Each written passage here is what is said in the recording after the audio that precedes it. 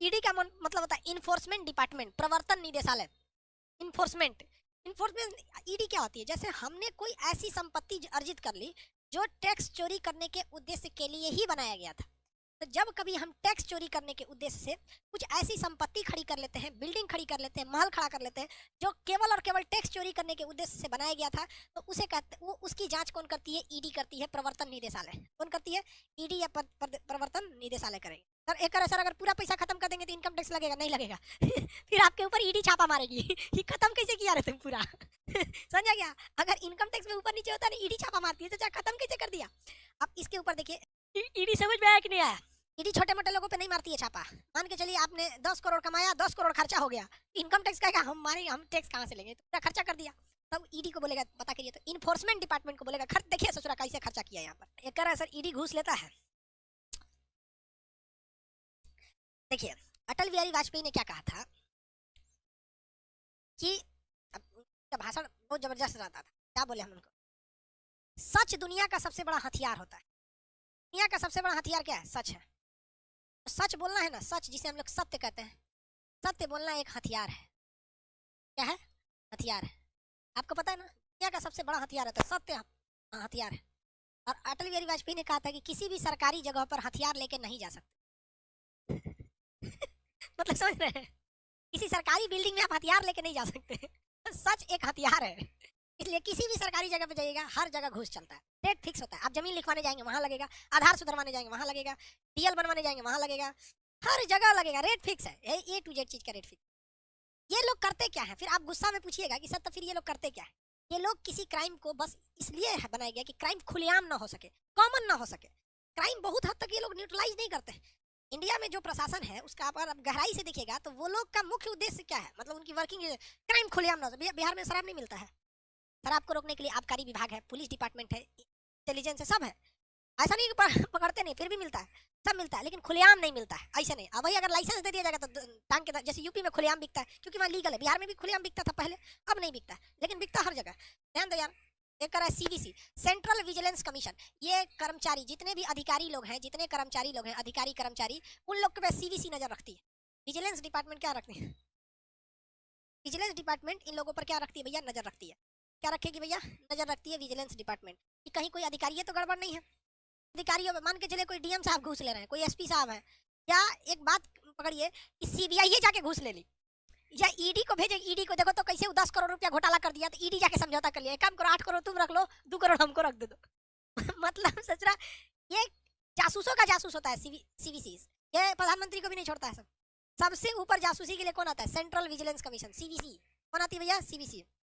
आगे बढ़े तो ईडी के ऊपर इनकम टैक्स, मान के चले जीएसटी वाले ही गए सब घूस घास लेके क्लियर कर दिए, सब इनकम टैक्स वाले क्लियर कर दिए सब। तो भाई उसके लिए क्या बनाई गई है भैया? हमारी सीवीसी बनाई गई। ये लोग जांच करते हैं, जांच में पकड़ते हैं कि नहीं पकड़ते हैं कौन जानता है, लेकिन हाँ अधिकारियों को भी देखेंगे आप। किसी बड़े से बड़े अधिकारी को, कितना भी बड़ा पावरफुल हो, आप उसे खुलेआम घूस दीजिएगा नहीं लेगा। अरे खुलेआम दिया जाता है क्या? किससे डरता है? किससे? उसको कहता है मेरे ड्राइवर को दे दीजिएगा, वहां दे दीजिएगा। आखिर डरता किससे?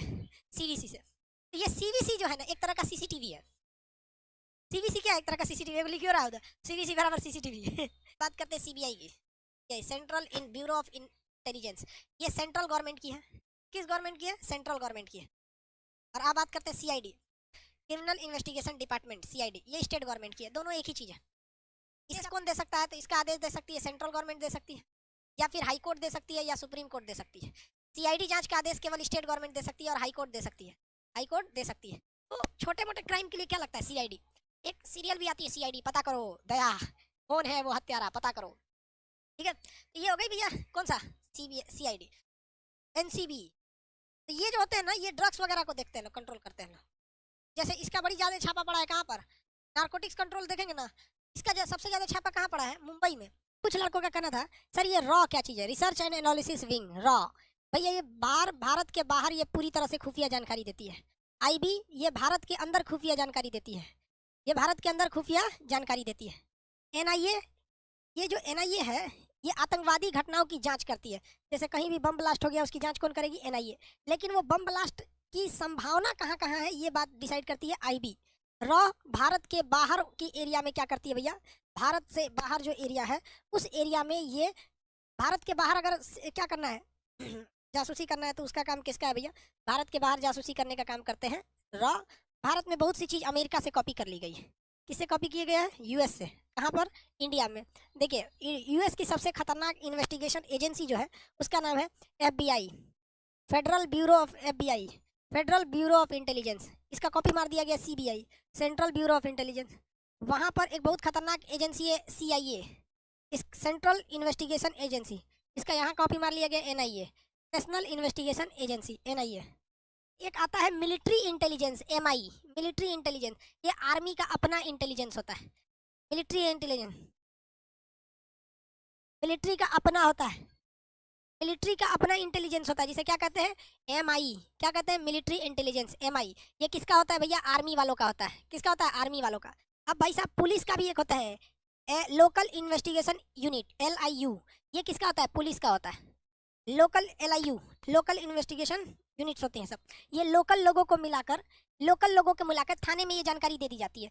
हर थाने का आपस में कुछ लोगों को थाने वाले अपने बहुत करीबी रखे रहते हैं। साहू मोहल्ला के हैं जाके जानकारी दे देता है, उस मोहल्ला के हैं जाके जानकारी दे देता है।